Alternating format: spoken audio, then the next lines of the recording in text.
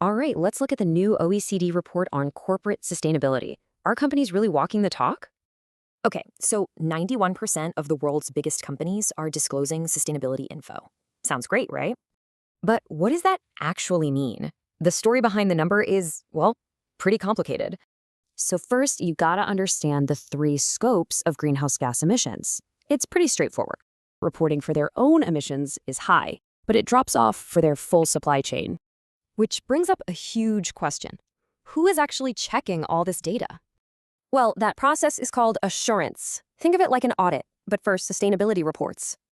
And there are two levels: limited, which is a quick look-see, and reasonable, a much deeper dive. And here's the kicker. Most companies just go for that quick, limited check.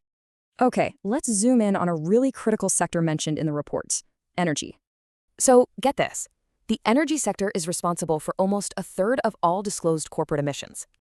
But they also have the highest disclosure rate. Almost all of them are reporting something.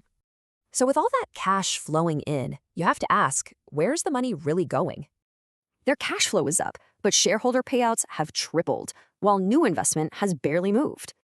So that makes you wonder, who actually owns these companies? Let's follow the money.